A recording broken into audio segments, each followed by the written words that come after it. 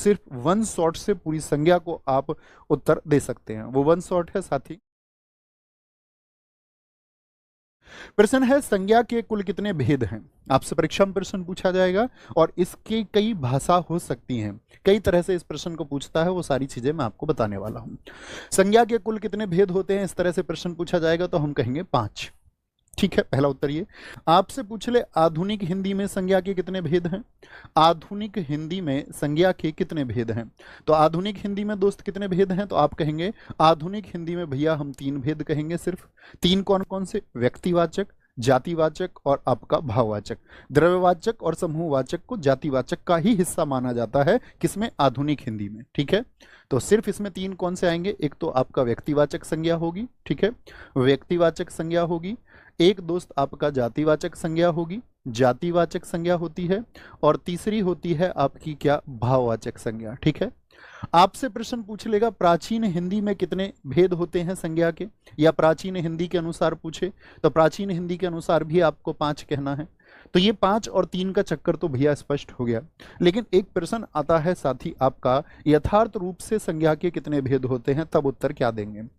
तो यथार्थ रूप से संज्ञा के भेद सिर्फ और सिर्फ 2 होते हैं दोस्त, ये याद रख लेना। यथार्थ पूछे 2, प्राचीन पूछे 5 होंगे। कौन कौन से, व्यक्तिवाचक, जातिवाचक, अभी 5 बताने वाला हूं। उनकी पहचान कैसे परीक्षा में आप करें वो भी बताने वाला हूं। यथार्थ में साथी सिर्फ 2 भेद होते हैं, एक तो यथार्थवाचक, यानी वो सभी संज्ञाएं जो आपको दिखती हैं, जैसे व्यक्तिवाचक संज्ञाओं के जितने भी उदाहरण हुए वो सब आपको दिखते हैं। एक दूसरा साथी ऐसी संज्ञाएं होती हैं जो अदृश्य होती हैं, उनको बोलते हैं भाववाचक। तो यथार्थ रूप से सिर्फ ये 2 होते हैं। आधुनिक रूप से मैं आपको बता चुका, प्राचीन हिंदी पर डिस्कस कर लेते हैं। सिर्फ वन शॉट से पूरी संज्ञा को आप उत्तर दे सकते हैं, वो वन शॉट है साथी। कौन कौन से 5 भेद होते हैं संज्ञा के, तो संज्ञा के भेद आप कहेंगे भैया हम जानते हैं कि 5 भेद होते हैं, उनके उत्तर कैसे दें, अक्सर परीक्षा में प्रश्न पूछा जाता है। जैसे व्यक्तिवाचक संज्ञा, अब मैं आपको किताबी परिभाषा नहीं बताऊंगा, ये मेरी अपनी परिभाषा है दोस्त, उसको समझना। व्यक्तिवाचक संज्ञा कौन सी होती हैं, अगर हम आपका हिंदी की परिभाषा के अनुसार जाएं तो अभी बताया, जो किसी व्यक्ति, वस्तु या स्थान का बोध कराएं, उनके नाम का बोध कराएं, ये तो होती हैं व्यक्तिवाचक। मैं कहूंगा व्यक्तिवाचक संज्ञा आप अपनी कॉपी पर लिखिए पेन लेकर के, जिसके जैसा कोई ना हो, मतलब वो दुनिया में अकेली होती है। अब आप ऐसी चीजें लिखिए जो दुनिया में अकेली होती हो, जैसे मैं बोल दूं गांधी जी, गांधी जी की बात कर रहे हैं तो महात्मा गांधी जी की बात कर रहे हैं, क्या है, दुनिया में अकेले हैं। मैं किसी के नाम की बात करूं, राम, किसी स्थान के बात करूं मैं आपसे, जैसे स्थान कोई भी हो सकता है, लखनऊ हम लिख सकते हैं, आगरा हम लिख सकते हैं, ठीक है, लखनऊ हो गया। कोई स्थान, जैसे हम किसी पर्वत का नाम दे रहे हो, हिमालय, मैं बात करूं माउंट एवरेस्ट की, किसकी, माउंट एवरेस्ट। मैं बात कर लूं साथी केटू की, मैं बात कर लूं किसी नदी नर्मदा की, मैं बात कर लूं किसी झरने कुंचिकल की। तो जिसको हमने नाम दे दिया और ये दुनिया में अकेला होता है, ऐसा तो नहीं है नर्मदा 2 हो, नर्मदा के जैसी और नहीं, नर्मदा अपने आप में विशेष है। तो एक परिभाषा तो ये हुई। तो आप क्या बोलेंगे भैया, जो छोटी सी मेरी परिभाषा लिखना कहीं किनारे पर, पेपर में मत लिख देना, कहीं लिखित परीक्षा में लिख के आ जाओ। लिखना जो दुनिया में अकेली हो, दुनिया में अकेली हो, वो कैसी संज्ञा होती है। अभी इसकी मदद से हमको प्रश्नों के उत्तर देने हैं। जी भैया, वो व्यक्तिवाचक संज्ञा होती है। अब हम बात करते हैं दूसरी कौन सी होती है, जातिवाचक संज्ञा। जातिवाचक संज्ञा परिभाषा है जो एक जाति का बोध कराए, लेकिन मेरी परिभाषा क्या है आप लोगों के लिए, परिभाषा है जिसके जैसे और हों, जिसके जैसे और भी होते हों। तो आप सोचिए उन चीजों को जिसके जैसे और भी हों, जिसके जैसे और भी हों, वो सब क्या है, वो आपका जातिवाचक है। जैसे कि हम बात करेंगे आपसे, आप कहेंगे भैया कुत्ते के जैसे और कुत्ते होते हैं कि नहीं, जी हाँ, कुत्ता ये क्या हो गया, जातिवाचक हो गया। शेर के जैसे और शेर होते हैं, एक शेर एक जाति को दर्शा रहा है, अध्यापक एक जाति को दर्शा रहा है साथी, ठीक है, वकील शब्द एक जाति को दर्शा रहा है दोस्त। आम के जैसे और आम, जी भैया ये एक जाति को दर्शा रहा है, किसको, जाति को दर्शा रहा है। गाय के जैसी और गाय, जी हाँ। पर्वत के जैसे और पर्वत, जी भैया। नदी के जैसी और नदी, जी भैया होती है। तो जिसके जैसे और हो वो जातिवाचक है, इस बात में कोई दिक्कत। तीसरी आती है संज्ञा हमारी साथी भाववाचक। आप आराम से देखना, जिसके जैसे और हों, अपना कोई लॉजिक लगाने की आवश्यकता नहीं है, बस इसको सीखिए, अभी सीख जाएंगे जो जिनके लिए नया हो। भाववाचक संज्ञा क्या होती है साथी, भाववाचक संज्ञा होती है जो किसी भाव को अदृश्य भाव को दर्शाती है। अब अदृश्य भाव आप कहेंगे तो हम इसके लिए क्या परिभाषा बनाते हैं, जिसको प्लेट में ना परोसा जा सके। आप कभी भी कंफ्यूज हो, बस मेरी एक परिभाषा याद रख लेना, जिसको प्लेट में नहीं परोस सकते वो भाववाचक संज्ञा है। जैसे हम बात करें अच्छाई, मैं आपसे बोलूं अच्छाई को प्लेट में रख के दिखा दो, तो आप क्या बोलेंगे, ओहो भैया ये तो जातिवाचक संज्ञा नहीं होके क्या होगी, भाववाचक संज्ञा, क्योंकि प्लेट में नहीं परोस सकते। बात समझे मेरी। मैं आपसे बोलूं क्रोध, क्या प्लेट में परोस सकते हो, यस और नो में आंसर करके बताओ एक बार। ईमानदारी को प्लेट में परोस सकते हैं क्या, बुढ़ापे को प्लेट में, आप शरीर को तो पेश कर सकते हैं, व्यक्ति को पेश कर सकते हैं, लेकिन बुढ़ापे को नहीं पेश कर सकते। बात समझे, यस और नो में एक बार आंसर चाहिए सबके। बात समझ में आई तो बोलेंगे भैया यस। तो भाववाचक संज्ञा कौन से होती हैं, जो अदृश्य संज्ञाएं होती हैं, बस छोटा सा शब्द। अब क्या क्या हो सकते हैं, एक एक उदाहरण आपकी तरफ से चाहूंगा। जैसे फलों की मिठास होती है, मिठास होती है, किसी की अच्छाई होती है, ठीक है, किसी की बुराई होती है, बुराई होती है, ठीक है, प्रेम होता है, प्रेम प्यार जिसको हम कहते हैं। थकावट दिखती है क्या, मैं बहुत थका हुआ हूं, मैं कहूं थकावट को पेश कर दो तो पेश नहीं कर सकते। बात समझ में आई, कोई दिक्कत कोई परेशानी। तो भाववाचक संज्ञा क्या होंगी, अदृश्य होंगी। तो ये हुए तीन हमारे, अब इसी को समझना, आगे चलते हैं। चौथी संज्ञा कौन सी है, तो ये तीन तो वो हैं जो कहती हैं आपका आधुनिक संज्ञा के भेद। जातिवाचक में ही दो भेद आते हैं जिनको प्राचीन हिंदी के अनुसार अलग माना गया। एक कौन सी है, मैटेरियल नाउन, द्रव्य, क्या बोलेंगे, द्रव्यवाचक संज्ञा। द्रव्यवाचक संज्ञा, आप लोग भौतिक विज्ञान पढ़ते होंगे तो दोस्त एक बात पढ़ते होंगे, पदार्थ की कितनी अवस्थाएं हैं मुझे बताइए। तो आप कहेंगे भैया पदार्थ की जो अवस्थाएं हैं वो 5 हैं, ठोस, द्रव, गैस, बोस-आइंस्टीन, कंडेंसेट, और पांचवी अवस्था जैसे आपकी मतलब पांचवी बोस-आइंस्टीन कंडेंसेट है, चौथी प्लाज्मा है। तो उस सब में जो आएगा आपका वो द्रव्यवाचक संज्ञा है। तो वो ठोस भी हो सकती है, द्रव भी हो सकती है, गैस भी हो सकती है। जैसे तत्व हो गए, सोना, चांदी, तांबा हो गया आपका।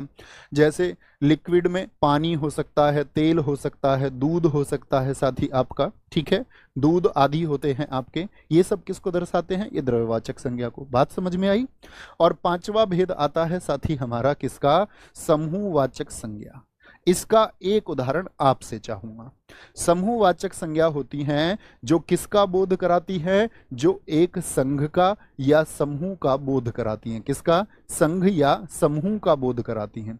तो यानी एक ग्रुप को दर्शाएंगे। अब ग्रुप क्या हो सकता है भैया, ग्रुप हो सकता है आपका कक्षा, जैसे कि आपकी कक्षा है, इतने सारे बच्चे हैं, ठीक है। एक टीम हो सकती है 11 खिलाड़ियों की, 5 की, 8 की, 6 की, सब तरह की होती हैं। ग्रुप हम कह सकते हैं, ग्रुप शब्द हम कह सकते हैं, जनता हम कह सकते हैं, RWA परिवार हम कह सकते हैं। तो ये भी क्या है, बहुत सारे लोगों से मिलकर जो बने वो क्या है। अब ऐसा नहीं कि लोग ही हों, ये बिल्कुल जरूरी नहीं है।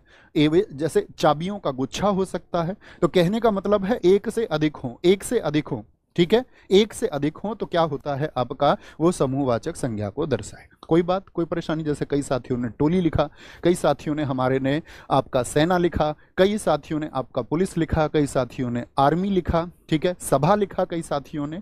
बहुत शानदार। इसी तरह के उत्तर मैं आपसे अपेक्षा करता हूं कि आप बताएंगे। तो पांचों समझ में आए, थम्स अप करें। अब उत्तर देने के लिए तैयार हैं। मैं फिर से रिवाइज कर देता हूं छोटे से शब्दों में। व्यक्तिवाचक क्या होगी, दुनिया में अकेली, ताजमहल दुनिया में अकेला। आप बोलेंगे भैया दुकान पे भी तो ताजमहल मिलता है, वो असली ताजमहल थोड़ी, वो अपने आप में विशेष है। जातिवाचक जिसके जैसे और हों, जैसे मैं बोल दूं भैंस, भैंस के जैसी और भैंस होती है कि नहीं। मछली बोल दूं, मछली के जैसी और मछली। भाववाचक क्या होगी, अदृश्य होगी, आप प्लेट में उसको पेश नहीं कर सकते।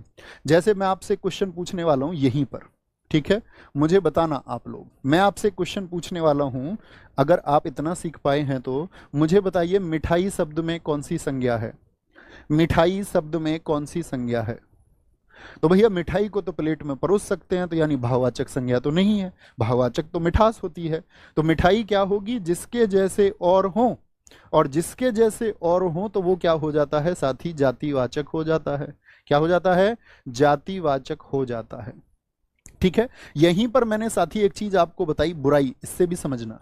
बुराई शब्द में भाववाचक संज्ञा है, लेकिन मैं आपसे पूछूं बुराइयां शब्द में कौन सी संज्ञा होगी, बुराइयां शब्द में कौन सी संज्ञा होगी, ये आपसे मेरा प्रश्न है। बड़े समझने की बात है, यूपीएसआई में एक प्रश्न पूछा गया 2021 की परीक्षा में, तो बड़ा जबरदस्त प्रश्न था। कक्षा में हालांकि सिखाया गया था, लेकिन बहुत सारे साथियों को नया लगा। बाद में आया कि भैया इसका उत्तर क्या, हम करेक्शन डाल दें। तो क्या था प्रश्न? प्रश्न था कि बुराइयां शब्द में कैसी संज्ञा है, तो आप कहेंगे जातिवाचक। तो भैया क्या बोल देंगे यहां पर, बुराई में तो भाववाचक, तो बुराइयां में क्या होगा? जातिवाचक। क्यों जी? अब हम एक बुराई की बात नहीं कर रहे, अब हम एक से अधिक बुराइयों की बात कर रहे हैं, अब हम बुराइयों के समूह की बात कर रहे हैं, एक जाति की बात कर रहे हैं। तो याद रख लेना, नोट बना के लिख लो, कभी भी भाववाचक संज्ञा यदि बहुवचन हो जाए तो क्या हो जाती है? भाववाचक संज्ञा यदि यदि बहुवचन हो जाए, राजस्थान एसआई का एक प्रश्न आपसे डिस्कस करना चाहूंगा अभी, तो क्या हो जाती है? हो जाए तो जातिवाचक संज्ञा बन जाती है। कोई दिक्कत, कोई परेशानी नहीं जी, जातिवाचक संज्ञा बन जाएगी। ठीक है, जैसे एक प्रश्न है मैं आपसे पूछूंगा, कन्वर्जन आपसे मैं कराना चाहूंगा। जैसे मैंने आपको यहां पर क्वेश्चन दिया कि अच्छाई कैसी संज्ञा है, आप कहेंगे भाववाचक संज्ञा। मुझे बताओ अच्छाई की जातिवाचक संज्ञा क्या होगी? अच्छाई की जातिवाचक संज्ञा क्या हो जाएगी? तो आप कहेंगे जातिवाचक संज्ञा में बहुवचन शब्द जा सकते हैं। यदि भाववाचक का बहुवचन हो रहा हो तो क्या हो जाएगी? साथी जातिवाचक संज्ञा हो जाएगी। कोई दिक्कत, कोई परेशानी? जितनी भी साथी आपदाएं होती हैं जो मनुष्य या मानव प्रकृति को नुकसान पहुंचाती हैं, आंधी तूफान, ये सब भी कैसी संज्ञाएं होती हैं? भूकंप, ज्वालामुखी, ये सब कैसी हैं? जातिवाचक संज्ञा है। तो जितने भी आपके साथी क्या बोलेंगे डिजास्टर्स हैं, वो सब भी जातिवाचक संज्ञा होती हैं। कोई दिक्कत, कोई परेशानी? अब आपसे प्रैक्टिस करा लेते हैं। प्रश्न को बहुत ध्यान से पढ़ना है, चारों विकल्पों पर विचार करना है और फिर आगे बढ़ना है। ठीक है, पहला प्रश्न आज का आपके सामने है। प्रश्न कहता है आपसे कि व्यक्ति, वस्तु या स्थान के नाम को क्या कहते हैं? कोई भी व्यक्ति है, व्यक्ति आप भी हो सकते हैं, मैं भी हो सकता हूं, लेकिन उसने पूछा व्यक्ति का नाम जैसे हम ले लेते हैं कोई एक नाम है आकाश। फिर उसने पूछा व्यक्ति के बाद में वस्तु साथी कोई भी हो सकती है, जैसे वस्तु के लिए मैं ले लेता हूं जिससे मैं लिख रहा हूं कलम। ठीक है, और स्थान दोस्त जहां से आपकी कक्षाएं चल रही हैं, इस जगह का नाम है ग्रेटर नोएडा। ठीक है, ग्रेटर नोएडा, तो ये स्थान हो गया। अब आप भी कहीं से कक्षा कर ले रहे होंगे, वो लखनऊ हो सकता है, वो बुलंदशहर हो सकता है दोस्त, गौतम बुद्ध नगर हो सकता है, वो आपका प्रयागराज हो सकता है, कोई भी स्थान का नाम है। तो इन नामों को हम क्या कहेंगे? तो हमेशा परिभाषा याद रख लेना, व्यक्ति, वस्तु, स्थान और साथ में एक शब्द और आता है भाव। इनके नाम को हम हमेशा कहते हैं क्या? इनके नाम को हम कहते हैं दोस्त संज्ञा। ठीक है, एकदम सही उत्तर है। आगे आते हैं।